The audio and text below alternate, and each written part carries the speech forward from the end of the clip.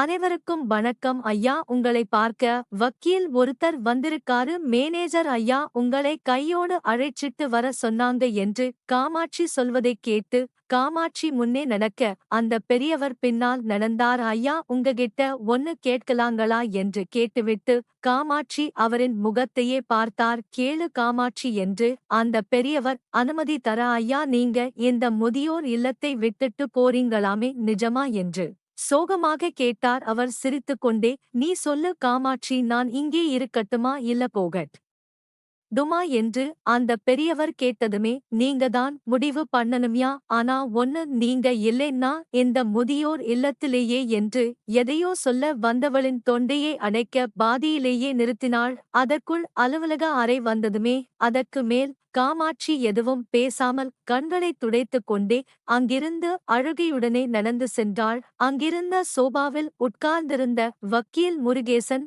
அந்த பெரியவரை பார்த்ததும் என்ன சார் இது, எப்படி எல்லாம் இருந்துட்டு இப்ப இங்க வந்து இப்படி இருக்கீங்களே என்று வருத்தத்தோடும் கேட்டார். வக்கீலின் ஆதங்கத்தை பெரிதாக எடுத்துக் கொள்ளாமல் வாங்க வக்கீல் சார், என்ன இவ்வளவு தூரம் என்று கேட்டுக்கொண்டே இருவரும் உள்ளே நுழைந்து இருக்கையில் அமர்ந்து கொண்டனர். ஆமா, நான் எங்க இருக்கேன்னு யாரோ உங்களுக்கு சொன்னா என்ற கேள்வியுடன் பெரியவர் வக்கீலை பார்க்க, உங்க மகன்தான் சொன்னாரு. உங்க மனைவி ஆக்சிடென்ட் கேஸ்ல உங்களுக்கு சாதகமா தீர்ப்பு வந்திருக்கு, அதை சொல்லலாம்னு உங்க போனுக்கு ட்ரை பண்ணேன், லைன் கிடைக்கவே இல்லை.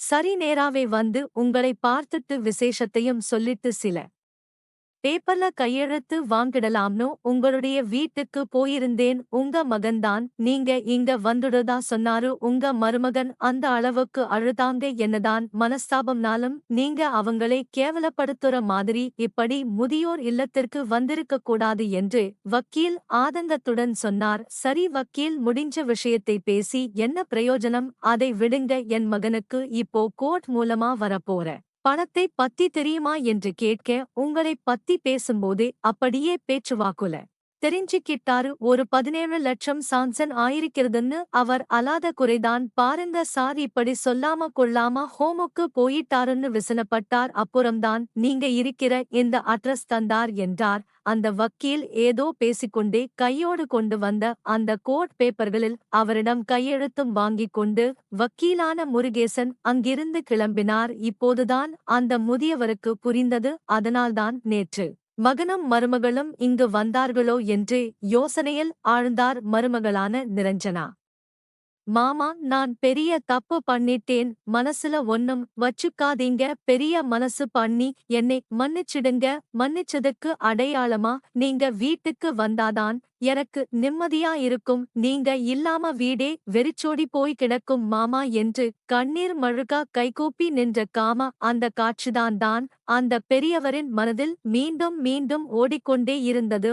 இந்த பணம் இவ்வளவு பெரிய தொகையாக வரும் என்பதை அவர் எதிர்பார்க்கவே இல்லை. ரொம்ப ஏன் அவரே அதை மறந்து போய்விட்டார். ஒரு விசேஷத்திற்கு போய்விட்டு அவரும் அவருடைய மனைவியும் காரில் திரும்பும் போது எதிரே வந்த ஏசி பஸ் கட்டுப்பாட்டை இழந்து காரில் மீது மோதி இருவருமே படுகாயம் அடைந்தனர். சிகிச்சை அளித்தும் பலன் இன்றி மனைவி இறந்து போய்விட இவருக்கு முதுகுத்தண்டில் அடிபட்டதில் பல மாதங்கள் மருத்துவமனையிலேயே இருக்க வேண்டிய நிலையும் ஏற்பட்டது. அப்பாவின் நிர்வாகம் தானாகவே மகனின் கைக்கு வந்தது போல வீட்டு நிர்வாகமோ மருமகள் நிரஞ்சாவின் கைக்கு மாறியது. ஓரளவு குணமாகி வீடு வந்தபோதும் அவரால் தன் வேலைகளை தன்னால் செய்து கொள்ள முடியாமலும் சிரமப்பட்டார். அதுவரை வாழ்க்கையில் ஒரு கரவர்த்தியாகவே இருந்து பழக்கப்பட்டவருக்கு இந்த புதிய வாழ்க்கை புதிய கசப்பான பல விஷயங்களை கற்றுத் தந்தது. புதிய உண்மைகளையும் எடுத்து முன்னாலும் வைத்தது. வயதான சமயத்தில் தன் மனைவியின் எதிர்பாராத மரணமே அவர் ஜீவனில் பாதியை தொலைத்துவிட்டது. நேசத்துக்கும் பாசத்துக்கும் ஏங்கிய அவருக்கு அலட்சியமும் அக்கறையின்மையும் பெரிய மரணடியாக இருந்தது. உடலும் மனசும் நைத்துப் போய் கிடந்தது. மருமகளின் நிராகரிப்பும் உதாசீனமும் அவரை குழப்பித் தவிக்க வைத்தது. அவர் வேண்டாத சுமையாக நிரஞ்சனாவாலும் நிரஞ்சனாவின் குடும்பத்தாரும் நடத்தப்பட்டார். மகனும் அதையெல்லாம் கண்டுகொள்ளாமல் நடந்து கொள்வதை அவரால் பொறுத்துக் கொள்ள முடியாமலும் போய்விட்டது. உயிரோடு இருப்பதே பெரும் தண்டனையாகவும் சுமையாகவும் எண்ணி கவலையும் பட்டார். திடீரென ஒருநாள் இந்த முதியோர் இல்லத்தில் சேர்த்துவிட்டு பணத்தையும் கட்டிவிட்டு மகன் தன்னை அனாதையாக விட்டுவிட்டு சென்றபோது அடிபட்ட பறவையைப் போல வேதனையை உணர்ந்தார். இளமையும் பணத்தையும் ஆரோக்கியத்தையும் வயிற்றில் பிறந்த பிள்ளைகளுக்காகவே தொலைத்துவிட்டு முதுமையில் சப்பி போட்ட கொட்டையாக எரியப்பட்டுவிட்ட கேவலம் அவருக்கு புரிந்தது. நேசம் தேடி தவிக்கும் அந்த வினோதமான மாய லோகமே அவரையும் கைநீட்டி கண் சிமிட்டி அழைத்தது. அவர் நிதானித்தார், சுதாரித்தும் கொண்டார். பிசினஸ் மேன் இல்லையா, இயற்கையாகவே கணக்கு போடுபவர். மெதுவாக இல்லத்தின் மேற்பார்வை பொறுப்பையும் பங்கு போட்டும் கொண்டார். இயல்பாகவே இந்த இல்லத்தையும் அங்குள்ளவர்களையும் மேம்படுத்த இதுதான் முடிவு வென்ற பின்பு அதையே எண்ணி அவதைப்படாமல் முன்னால் விரிந்து கிடக்கும் வாழ்க்கையை காணவும் ஆசைப்பட்டார். அவருடைய வியாபார மூளை அதற்கு வழிவகுத்தது. தியானம், யோகா, ஆன்மீக நிகழ்ச்சிகள் என்று பல மாற்றங்களைக் கொண்டும் வந்தார். கூடவே சும்மா கிடந்த நிலத்தில் தோட்டம், விளையாட்டு, கைவினைப் பொருட்களை செய்து அவற்றை விற்று வேறு பாதைக்கான வெளிச்சத்தையும் காட்டினார். நம்முடைய வாழ்வு நம் கையில், நம் சந்தோஷமும் நமக்குள்ளே என்ற ஒரு எண்ணங்களையும் அவர் விதைத்தார். அந்த விதைகள் மெல்ல மெல்ல வெளியே வர நாள் பிடித்தாலும் உயிரோட்டமாக வெளியே வந்தது. தங்களுக்கென்று வாழவும் நேரமும் கலைகளும் இன்னும் பிறவும் உள்ளன என்பதை புரிந்தும் போனது. வாழ்க்கையும் இனிமை கொட்டியது. ஒவ்வொரு நாளும் சுமையாக விடிந்த பொழுது இப்போது சுறுசுறுப்பாக விடிந்தது. கூடவே மகிழ்ச்சியும் கைப்பிடித்து கூட்டியும் வந்தது. முதியோர் இல்லம் இப்போது இளமையோர் இல்லமாகவும் மாறிப்போனது. மகனும் மருமகளும் பேசிவிட்டு போன பிறகு அந்த இல்லத்தில் ஒரு சோகம் இலையோடியது.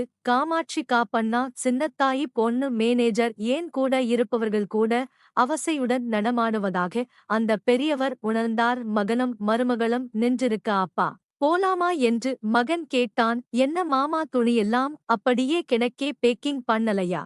நிரஞ்சனா அன்பாக தன் மாமனாரிடம் கேட்டாள். எதுக்குமா, நான் இங்கேயே நல்லாதானே இருக்கேன், இப்படியே இருந்துட்டு போறேனே என்று கூற அந்த பக்கமாக போய்க் கொண்டிருந்த மேனேஜரை அழைத்தாள். மருமகளான நிரஞ்சனா, சார் நீங்களே சொல்லுங்க, ஏதோ கெட்ட காலம் பிரிச்சு வச்சிருச்சு, அதுக்காக காலத்துக்கும் பிரிஞ்சேதான் இருக்கணும், என்ன நீரிடிச்சு நீர் விலகுமா என்ன என்றவள் விம்மினாள். பிறகு நீங்களே சொல்லுங்க சார், ஊர் உலகம் என்ன பேசும், என்னத்தான வாயில போட்டு மின்னும் மாமனாரை துரத்திட்டா ராட்சசின்னு, இந்த பொல்லாப்பை நான் காலத்துக்கும் சுமக்கணுமா சார் என்று நியாயம் கேட்டு கண்களை கசக்கினாள். ஆமாமா, நீங்க சொல்றது வாஸ்தவம்தான், நாங்களும் சாரி விட்டு பிரிஞ்சு எப்படி இருக்க போறோமோ. தங்கமான மனுஷன் இவர் வந்த பின்னாடிதான் இந்த முதியோர் இல்லமே சந்தோஷமா மாறி போயிடுச்சு. அது மட்டுமில்லமா, இந்த மனசு யாருக்குமா வரும்? வந்த பணத்தை இந்த இல்லத்துக்கும் அநாத பிள்ளைகள் இல்லத்துக்குமா பாதி பாதியா பிரிச்சு எழுதி வச்சுட்டாரே, இவ்வளவு பெரிய மனசு யாருக்குமா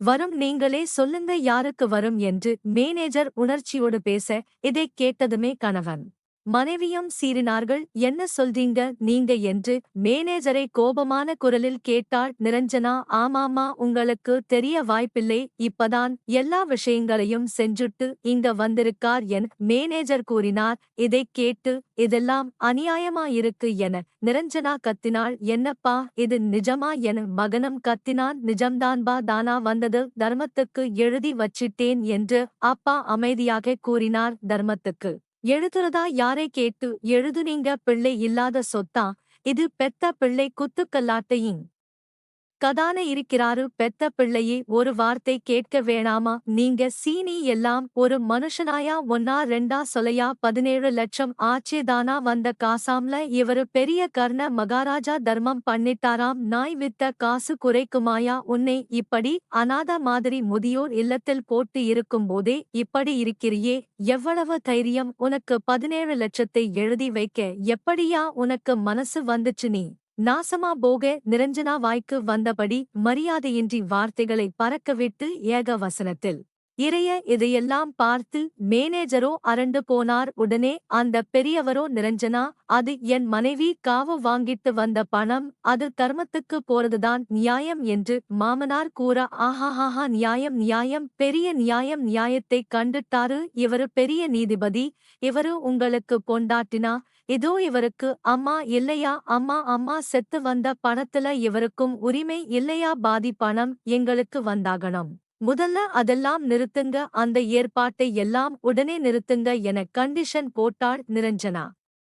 முடியாது நிரஞ்சனா, கோடிக்கணக்கான சொத்தை கொடுத்தாச்சு, பிசினஸ், வீடு, தோட்டம், நகைகள், பேங்க்ல இருந்த பணம் எல்லாத்தையுமே கொடுத்தாச்சு. இது முழுக்க முழுக்க என்னுடைய பணம், என் மனைவியுடைய பணம், என் இஷ்டப்படிதான் இதை நான் செஞ்சிருக்கேன். நீ இங்கிருந்து முதல்ல போகலாம் என அவரையே விரித்தாள். இன்னும் என்ன மரம் மாதிரி நின்னுகிட்டு இருக்கிறீங்க, கிளம்புங்க என்று பூமியே உதைத்தவளாக கணவரின் கையை இழுத்துக்கொண்டு நகர்ந்தாள். அப்போது அந்த மேனேஜரோ, என்ன அம்மா, சாரை அழைச்சிட்டு போகலையாமா என்று பின்னாலேயே ஓடி வந்த மேனேஜரை தன்னுடைய கண் பார்வையாலேயே எரித்து விடுவது போல பார்த்தார். இந்த ஆளி இனி வெத்து சல்லி காசுக்கு பிரயோஜனம் இல்லை, இனிமே எங்களுக்கு எதுக்குயா இவரு, இங்கே கிடந்து சாகட்டும் என்று சீறிவிட்டு மாமனாரை பார்த்து, சொடக்கு போட்டபடியே செத்தாலும் நீ அநாத பணம்தான், பெத்த பிள்ளையை கொள்ளி போட வரமாட்டார் என்று சொன்னவள் தன் கணவரை பார்த்து, இன்னும் ஏன் நிக்கிறீங்க, கிளம்புங்க போகலாம் என்று